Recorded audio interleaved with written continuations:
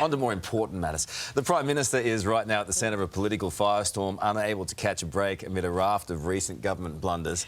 This all as the federal election inches closer, and watching it unfold from the sidelines is opposition leader Anthony Albanese. He joins us now from Marrickville in Sydney. Albo, nice to see you. Can you smell victory? Good morning.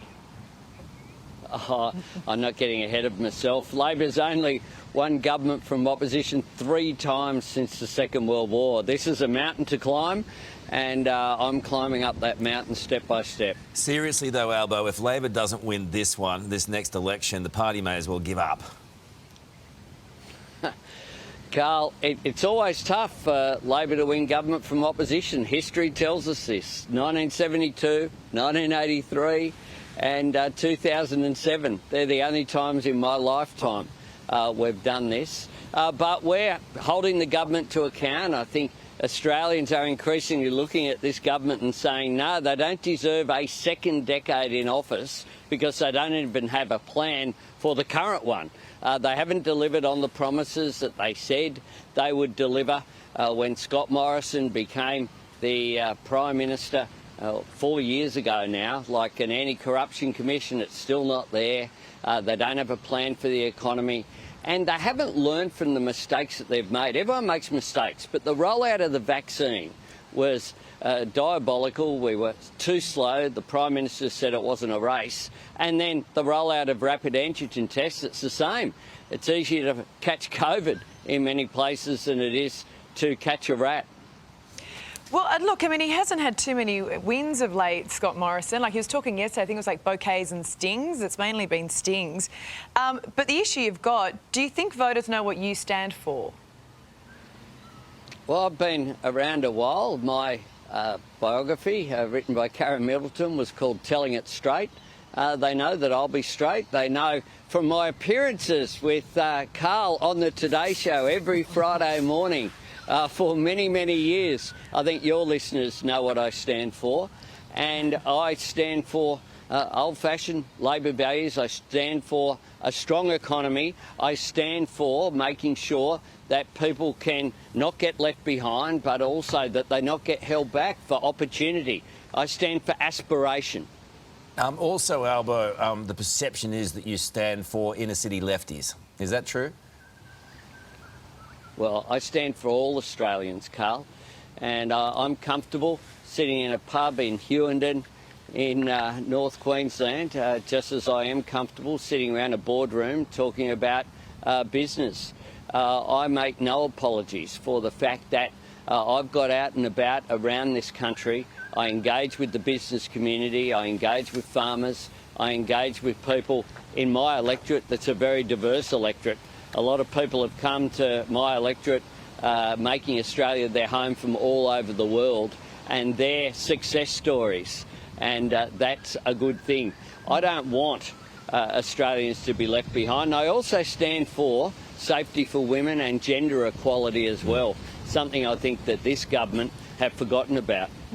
But, I mean, just touching on what Karl was saying there, and the criticism of you has been that you do say one thing to inner-city greenies and then another to coal miners, and you've got the nickname Each Way Albo.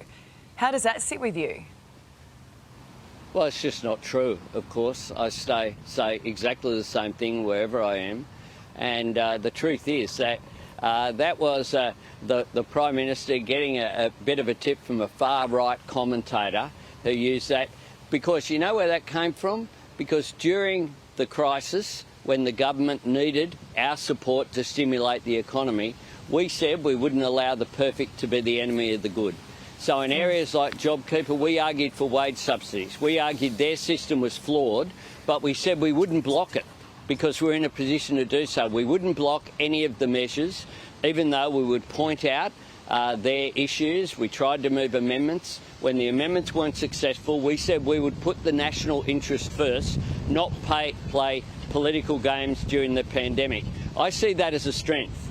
I see that as a strength because we've always put the national interest first, and I always would if I had the great honour of being elected Prime Minister in a couple of months. Albo, there are some pundits saying, look, this might end up a hung parliament.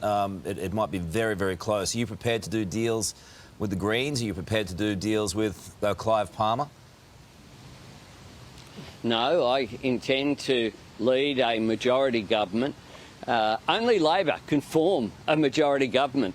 The coalition we've seen with the Liberals and the Nats are a bit of a mess in terms of their negotiations.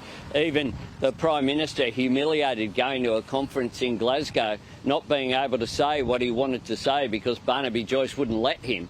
The truth is that Labor's the biggest party in the Parliament on the floor of the House of Representatives, and we're the only party that's going to the next election saying we will govern in our own right. OK, so no deals. All right.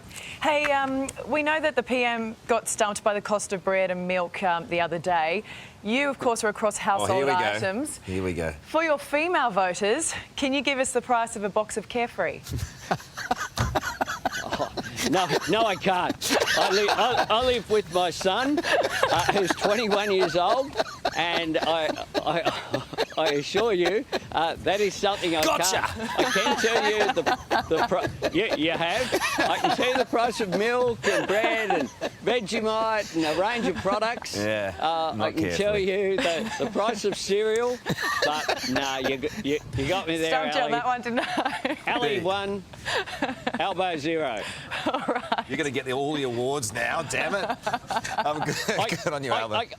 I can tell you this, they're too much. They're too much, and it's a good thing that the GST got taken off them as a result of a very effective campaign. A very effective campaign by Labor, along with women out there in the community. Good on you, Albo. Thanks, Thank you, Albo. That is a good question. That's probably the best question you've ever asked.